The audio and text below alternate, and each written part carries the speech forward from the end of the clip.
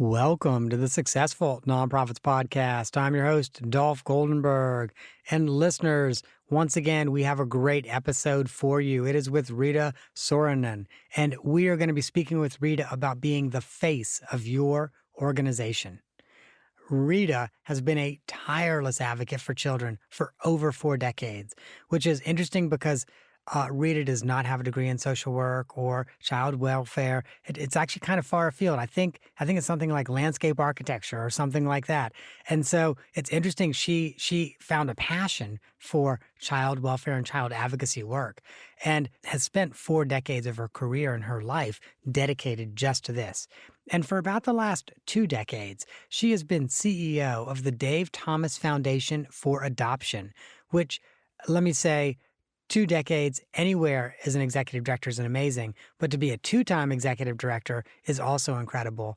And before this, she was the executive director of ACASA, which is court-appointed special advocates. And so, once again, she has such a strong commitment to child welfare and making sure that the children in our society are treated fairly and justly and equitably. Now, let me share with you why I thought we had to have a conversation with her about being the face of your organization. When I Googled Rita, she is literally everywhere. So I can't tell you how many podcasts, at least 12 or 15 podcasts, all of which she was being interviewed around adoption, child welfare, and more. And these are podcasts that focus in those areas of child welfare and foster care and adoption. Literally, cannot tell you how many different podcasts in that genre that she has been a guest on. And then when I turn to national publications, I see her in Forbes. I've seen her on the Huffington Post. Like, she is actively out there in national publications. Also, in my Google search, I found radio interviews, I saw TV interviews, speaking engagements at national conferences, presenting to groups of CEOs. It is rare to see an executive director this out there front and center for their organization.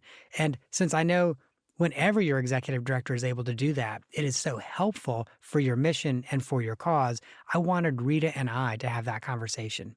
So, Rita, welcome to the podcast. Thank you so much. I am so delighted to be talking with you today. Same here. And I just have to share with you that in that little Google search, I was struck by the many ways your professional and personal brand are intertwined with the Dave Thomas Foundation for Adoption. Yeah. Yeah. When I started this position 20 years ago, you're right, I've been here 2 decades. We were still working on the shoulders, quite honestly, of Dave Thomas, who was the founder of the Dave Thomas Foundation for Adoption, the founder of the Wendy's Company, a national icon through his international icon through his commercials. And he really was the face of the Dave Thomas Foundation for Adoption appropriately. But about 6 months after I started, he passed away. Hmm. And so it was this really intense conversation with me and with the board and internally with myself.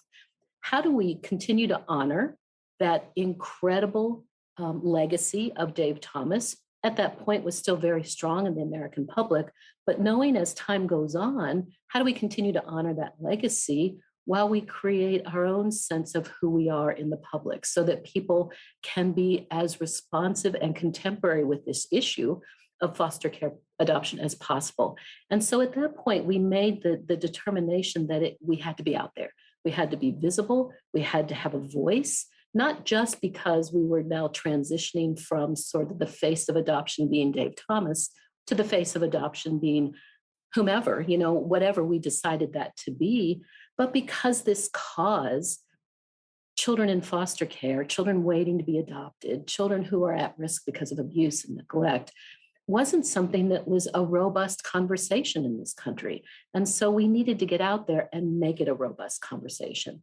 That became that blending of who I am as a person, as a child advocate, who I am as a leader, as the CEO of the Dave Thomas Foundation for Adoption, who I am as the person that was charged with carrying on the legacy of Dave Thomas, knowing that it was critically important. We weren't going to change the name of the organization. He was incredibly important to beginning this conversation about foster care adoption in this country by establishing this foundation. So all of that became tightly woven together as we really began both ad hoc activities and very strategic and tactical activities. And so it sounds like when you took the chief executive job there, you were not thinking, okay, I am going to end up really kind of being the spokesperson the way Dave Thomas is. No, no way. You cannot replace someone of that stature, nor would we even want to. But having said that, we didn't want him to be forgotten either. Particularly here we are 2 decades later. There are lots of folks who don't remember Dave Thomas and who he was in relation to being the guy in the commercials, right? And so we want to make sure that that legacy stays vibrant. But absolutely, there was no thought of replacing him. There was the opportunity now to figure out how we can elevate this conversation about the mission and how we could continue his legacy under that banner. And so, what did that look like? I mean, obviously, you all as an organization had to figure out how you were going to move forward. What did it actually look like in terms of you stepping into that role? It was, I will say for the first couple of years, it was daunting. It was very daunting because we were a different organization. We were much smaller. We were maybe a $2 million organization. We didn't have a real solid sense of where our place was in this conversation because we were simply moving from what he had done so well by being in public service announcements, by being a face in Congress and talking about legislation. He had helped elevate the awareness of the cause, but there was something missing. There was a sense of this is absolutely critical and we have to keep doing this, but children are still in care waiting to be adopted. Children are continuing to age out of foster care without being adopted to negative consequences. And so we began to pivot very strategically to some intensive programs that could both continue to elevate the awareness about the mission and the cause, but get much more deeply embedded in research-based activities that would help truly advance in reducing the numbers of children who are waiting to be adopted. So it was that kind of both programmatic and branding and messaging conversations. And probably the first of that was really as we looked at doing some research on Americans' attitudes toward adoption. Let's get some input. Let's make sure that we understand what Americans think about foster care, about the kids in foster care, about foster care adoption.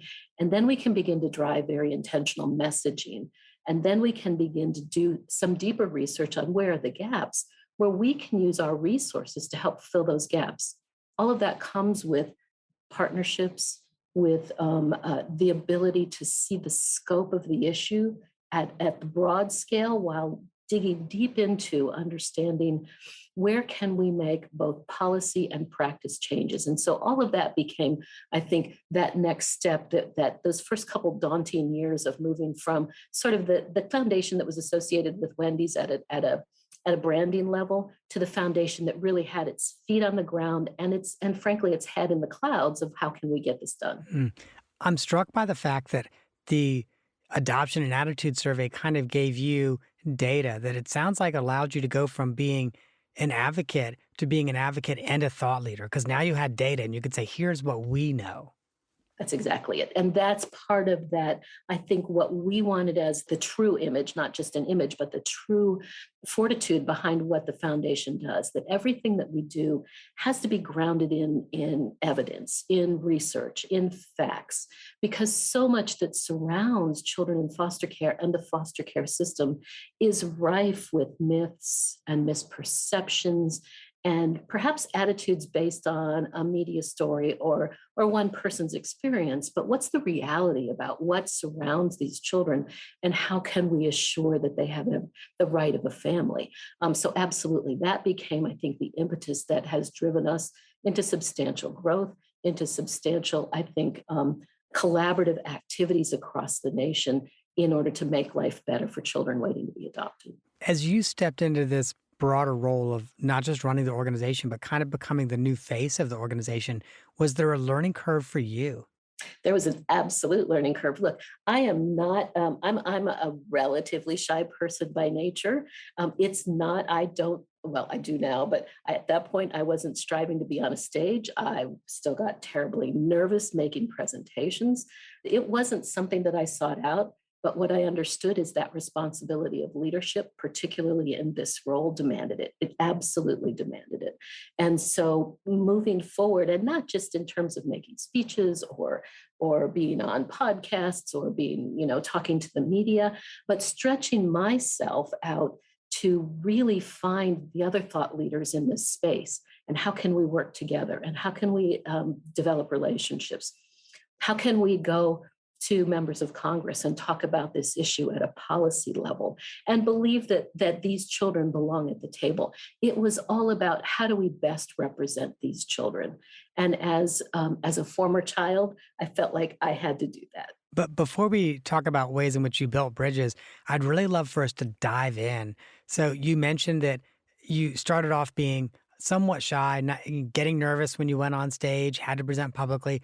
How did you grow beyond that? Yeah, it's a great question. A lot of in the mirror staring at myself practice, a lot of remembering why I'm doing this. I will tell you that the passion for the cause drives the ability to do what you think you can't do, right? That the stories that we would continue to hear and the families that we would talk to, someone needed to be their voice, someone needed to represent them well. And so it's just about finding in yourself and stretching yourself and reaching for those big hairy audacious goals. And for me, one of those was being comfortable making sure that if I'm standing up and speaking on behalf of the foundation, I'm hopefully saying something that will translate into what people want to hear. So it was just about a lot of self-reflection, a lot of practice. I did reach out. It had some great coaches, some great leadership coaches that I still work with today. There's still growth possible, even at this old age with this gray hair. There is still growth possible today. So leadership coaches, I think, are key to anyone in a leadership position. I'm struck by one sentence that you said in particular, which is, I think, passion for the cause drives us to do what we know we can do. Yeah. Yeah. Yeah. And there's this, I think it started out as a prayer. I heard this once when I was at an event in Washington, D.C., and I think a congressional chaplain was there. And it's attributed to Sir Francis Drake, in the 1500s. But the phrases, no matter how it is really what this is all about. I think in the world of the nonprofit, and it says, disturb us when we're too pleased with ourselves, when our dreams have come true, because we dreamed too little, right? Because when we arrived safely, we sailed too close to the shore. In other words, stretch beyond those comfort zones. This is our one shot. This is our one chance. And for a nonprofit like this, where you're dealing with a very short timeline of childhood, one day in foster care waiting for a family is a lifetime. And so we can't waste time on behalf of these children. We can't think small. We can't do business as usual. We have to ground it in evidence, but we have to think big. Hmm. hmm. I love that poem. I'm going to have to look that up and put that on my wall. Love, love, love that poem. Wow. So I promised we would also talk some about how you built bridges with other thought leaders, because obviously that's also a big part of you becoming the face of your organization. We are by design both. We have a couple of pillars of activity to raise awareness, but we're also a grant making organization. So it's a little bit easier for a funder to come to a table and say, hey, I'd love to have a chat. People are always looking to funders, right? But I understand that. Having said that, underneath that funder grantee relationship, what we have is establishing true partnerships. And so it's not just about giving money out, it's about how do we do better. And so that first year that I was in, I probably met with, I don't know, I won't say hundreds, but dozens and dozens of organizations and other leaders, both in large foundations, small adoption agencies, national organizations. I just made it my goal to meet with as many people as I could to begin to establish those relationships. I certainly had some from my former position, and so I could build on those. But it felt really important in this paralleling what we do. We're all about family and community. If the leader isn't out there making those relationships that are important to the community of its organization, then there's a little bit of a misstep. So it really was just paralleling what we do every day. I also reflect, because you mentioned your former organization. I also reflect, I think most CASAs are county based. And so you were going from a county based organization with probably county based or regional relationships to a national organization where, you were having to build relationships all across the country. Exactly. It was a county-based. I was also chair of the board of the statewide association, so had that state, and I sat on the national board. Having said that, the day-to-day work was very regional, very small, absolutely. So it was again another stretch for me, but more importantly, another opportunity. Here's another opportunity to drive change for children on a large scale. And arm in arm, we're wholly separate from the Wendy's company. We're an independent nonprofit foundation, but we have really strong relationships with the Wendy's company, and they have a vast reach in the business community. So we took advantage of those relationships, and they willingly allowed us to do that. Hmm. Hmm. I'm also curious to get a sense of what your transition from a county regional organization to a national one was, and kind of understand because a lot of our listeners are at more local or regional organizations. What were some of the things you did at your local CASA to be the face of that organization? Yeah, and those that know CASA programs know that they're deeply embedded in with the county commissioners, with the judges, with the magistrates, with the local bar association. And so again, it was not so dissimilar, just at a smaller scale. And frankly, those that know CASA organizations know that sometimes there's a little bit of competition or a little bit of antagonistic relationships sometimes between those entities. And so we worked really hard to pull everybody together and say, what is it that we share? What common value do we share? It's the best interest of children. We may go about it differently, but let's understand what each other's role is. So again, it was critically important in the CASA that we build those relationships quickly, in order to make sure that progress for children was more about working together rather than working apart. Hmm. Hmm. That's awesome. Uh, Rita, I need to kind of set the table for the next question. When when I became the executive director of the LGBT Center in Philly, I always remember my very first day when I sat down with a member of the media and they said, "Are you prepared to be the gay mayor of Philadelphia?" And I was like, "Well, what do you mean?" And they said, "Oh, well, we're going to be reaching out to you whenever there's an LGBTQ plus issue, and we're going to be looking for a comment, as will all of these other media outlets." And admittedly, no one in the recruitment process had said this to me. It was not part of the job description. It was a little bit of a surprise.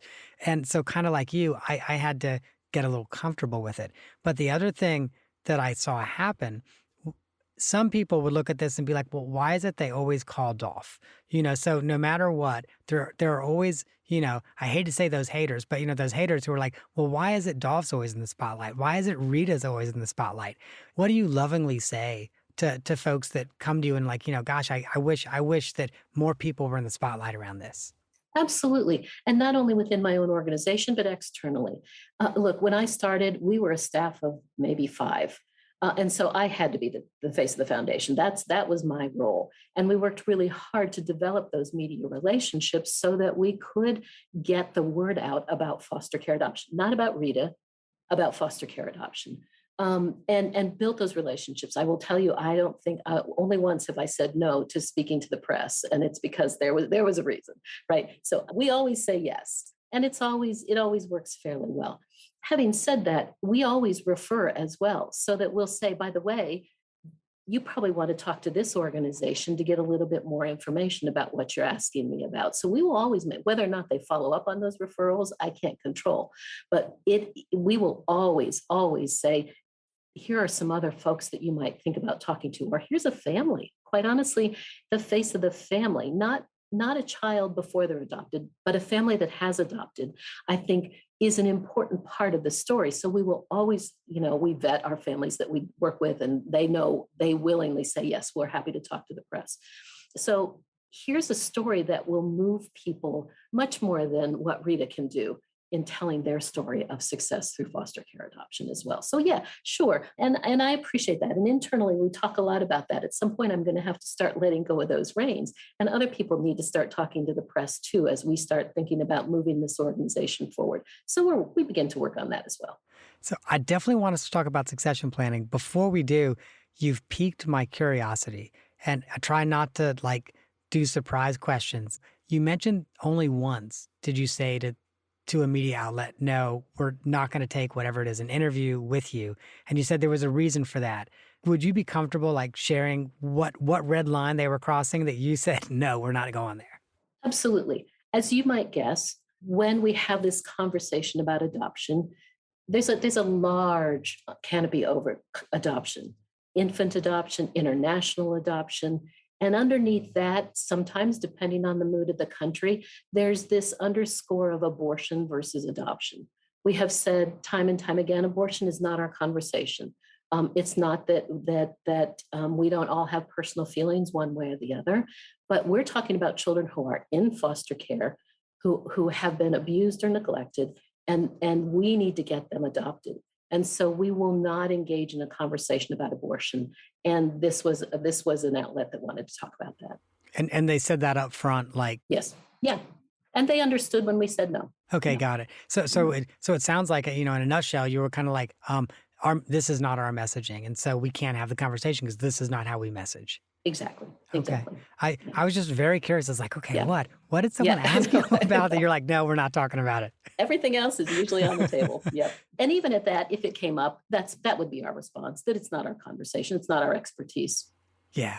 And so the other big for me, like elephant in the room, I wanted to make sure we talked about. So you kind of became the face of the organization, frankly, after the tragedy of Dave Thomas passing away. And you've been the face for about 20 years. And forgive me for asking it this way, but Rita, I've seen your LinkedIn profile. I am assuming you are somewhere nearing retirement. Somewhere in the next 5 to 10 years, you will probably retire. And so I have to ask, how is your organization in its succession planning preparing for you to not be the face in a way that's not disruptive for the organization? Absolutely. And frankly, my prior position, we did not plan well. And all of the things that could go wrong went wrong with that organization. And so I've been keenly aware of that. But time creeps by and suddenly you think you're right. Sometime in the next decade, whenever that is, I will no longer be with this organization. And I cannot put at risk the incredible work that we've done over the past 20 years. So for the past couple of years, with full support and engagement of the board, full support and engagement of my leadership team, we have engaged with outside consultants on an intensive succession planning process. For us, though, it wasn't just about the CEO position, but that was critical, of course. This is about up and down the organization, because we have grown from a staff of 5 to a staff of 55 right now, with plans to add about 10 more in the near term. And so we had to really look at not only the CEO position and how do we make sure that the senior leaders and other are well developed and well prepared, and we have identified who might move into those positions, but up and down the organization, as critical positions perhaps become open, are we prepared to continue to advance people up? And so it was not only an intensive, and this is ongoing, as you might guess, this isn't just a one and done. This is an ongoing process. Not only have we done that intensive succession planning, but we've also done intensive skills identification, team development, leadership development, individual development that becomes part of the whole package, we hope, of what entices people to work here, what continues to allow people to believe that this is someplace they can have a viable career with advancement opportunities. So we are deeply engaged and embedded and accountable for some succession planning. Absolutely.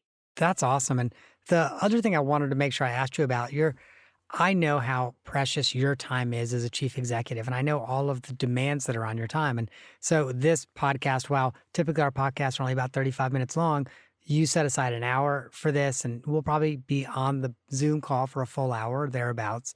And you probably spent 30 minutes or an hour prepping for it. And I know whenever you're done with an interview, there's 20 or 30 minutes when the adrenaline goes down. You're like, oh, that was such a nice experience or whatever. So I get that it takes a lot of time to really be the face of your organization. So what structures or tools have you created or do you use so that you can both manage, an organization that has 55 staff members and do all of this public facing PR work? Yeah, it's a great question. There are a couple of things. First of all, I have a phenomenal leadership team that really take lead on, and they're the classic, I think, pillars that most organizations have: fundraising and marketing, legal, finance, government relations, and strategic program development. And they really, and this was a learning for me, and it's happened most intensively over the last 5 to 7 years. There was a point in which I had my fingers in everything. Not only was I on the road constantly, but I was approving everything, I was proofing everything, I was absolutely doing everything. And I bet you were exhausted. And I was raising, at one point I was a single parent. Yes. Wow. But I don't say that for empathy. I say it because this is my life's work. It is my passion. But you're right. I think CEOs can also wear themselves out, and that energy isn't there appropriately. So building a strong leadership team for me was critical, and letting go of a lot. But also, for the longest time, I think it was only a few years ago that I finally said, all right, we're going to spend the money for the CEO and the leadership team on an executive assistant. I didn't have an executive assistant, someone who can manage the travel, someone who can manage all of those bits and pieces, right? But honestly, I've also just the past couple of years started building on my calendar hold time. It's simply hold time, and no one's allowed to touch it unless I give them permission to. And that's time for me to sit back and read, or sit back and prep for something like this, or just sit and think. It takes time to really, we just got back from a trip in a major state where we're looking to do some major scaling activity, met with lots of folks. I need to come back and make sure that I understand all the dynamics that happened. Who do I need to follow up with? All of those things that really can only come from my desk. But unless I schedule that time to do it, it doesn't get done. So I think scheduling that time and not feeling guilty about it, not explaining why there's a hole in my calendar, and making sure that you have time to breathe, go outside, take a walk, whatever it is. That's critical, I think, to this role as well. In terms of actual tools, yeah, we've got all of the organizational tools and project planning tools and all of that. But I think those bigger pieces of allowing yourself time, surrounding yourself with great leaders who can take over lots of activities, and just making sure that you're focused on the right track every day. I love that. Thank you. Rita, I cannot believe almost half an hour has gone by.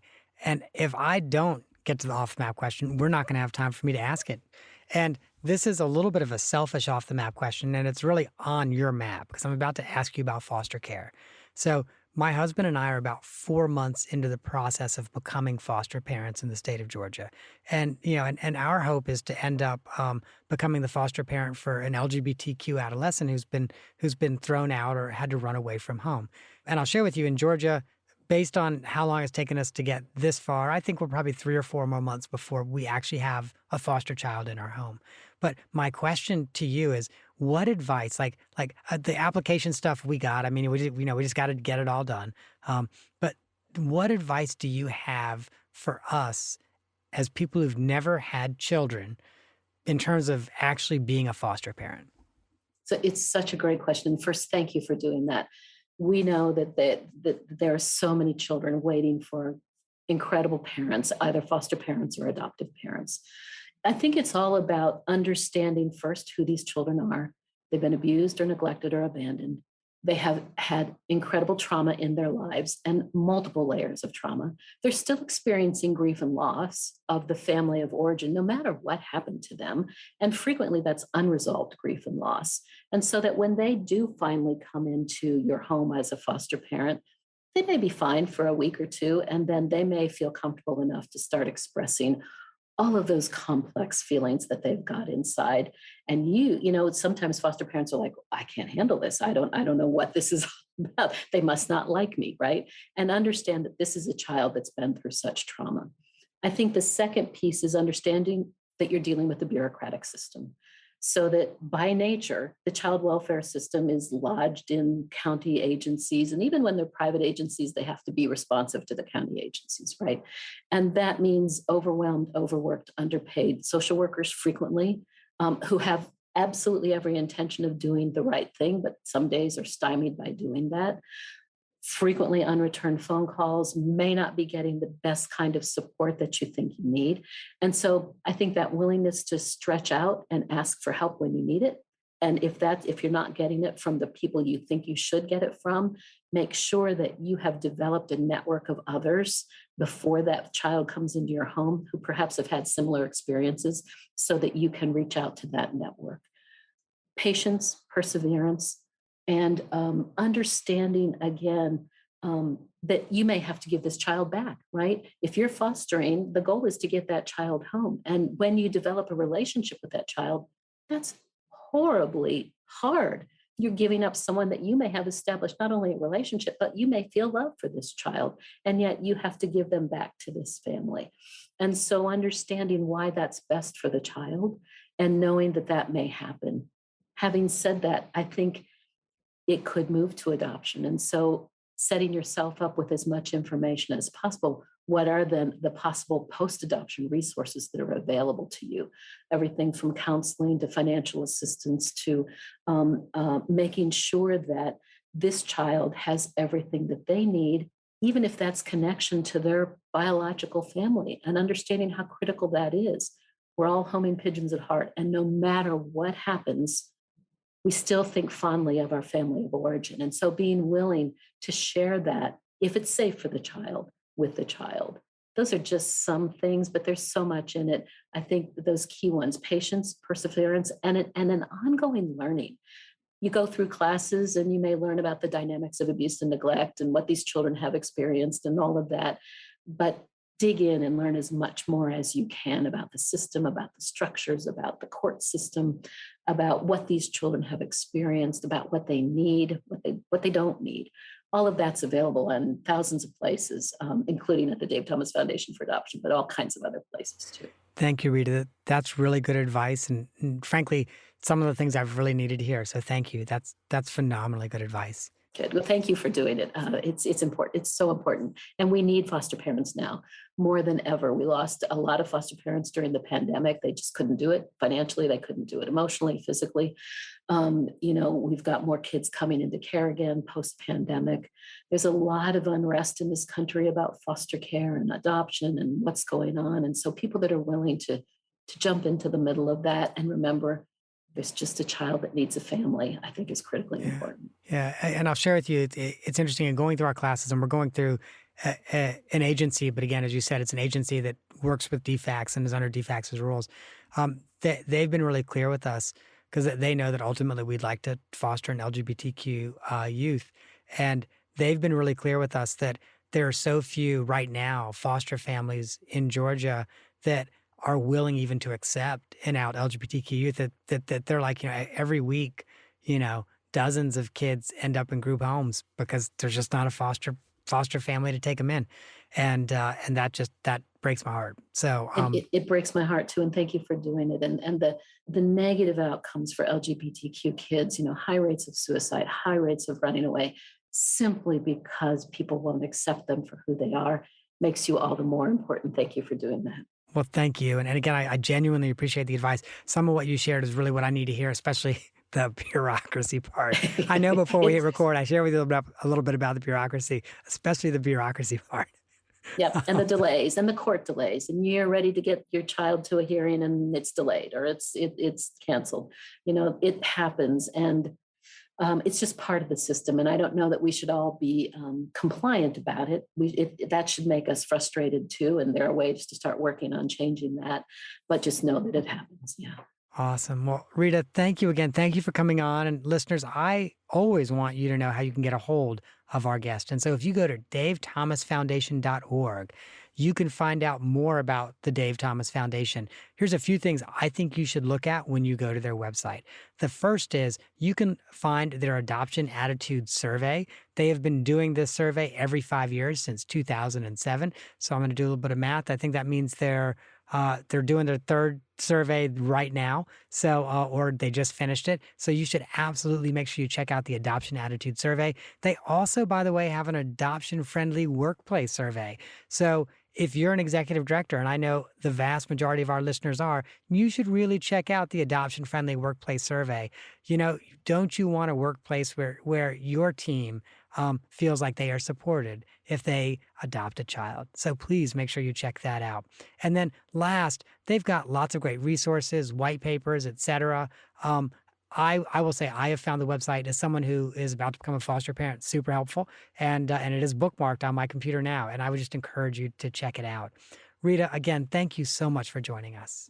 It has been my pleasure. Thank you for the conversation. All right, listeners. So, real quick, if you missed that URL, it's not a hard one to remember if you know who the founder of Wendy's is, davethomasfoundation.org. But if you missed that URL, you can find it at our show notes, successfulnonprofits.com.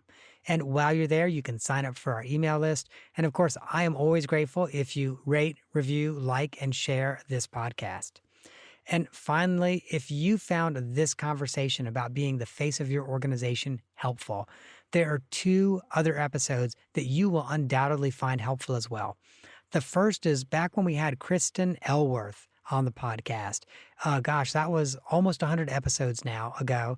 And she did a piece on becoming the expert who reporters call. And I'll share with you, I think that's something Rita has done really well. When I Google her and I see all the different media hits she has in articles, news reports, radio reports, etc. I see that. And then the second actually was my own vocal coach, Tracy Goodwin. And she came on and talked about the story your voice tells.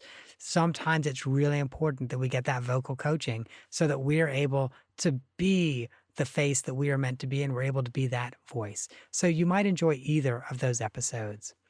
Now, listeners, that is our show for this week. I hope that you have gained some insight to help your nonprofit thrive in a competitive environment. And the lawyers always make me give you this disclaimer. I am not an accountant, nor am I an attorney. Neither I nor the Goldenberg Group provide tax, legal, or accounting advice. This show is for informational purposes only and should not be relied on for tax, legal, or accounting advice. Please, for all things that are good in this universe, if you need that type of help, find a licensed, qualified professional. Do not get that help on a podcast. Find a licensed, qualified professional and get their counsel. If you're not sure what type of professional or who to reach out to, you can reach out to me. I'm happy to help you try to find somebody.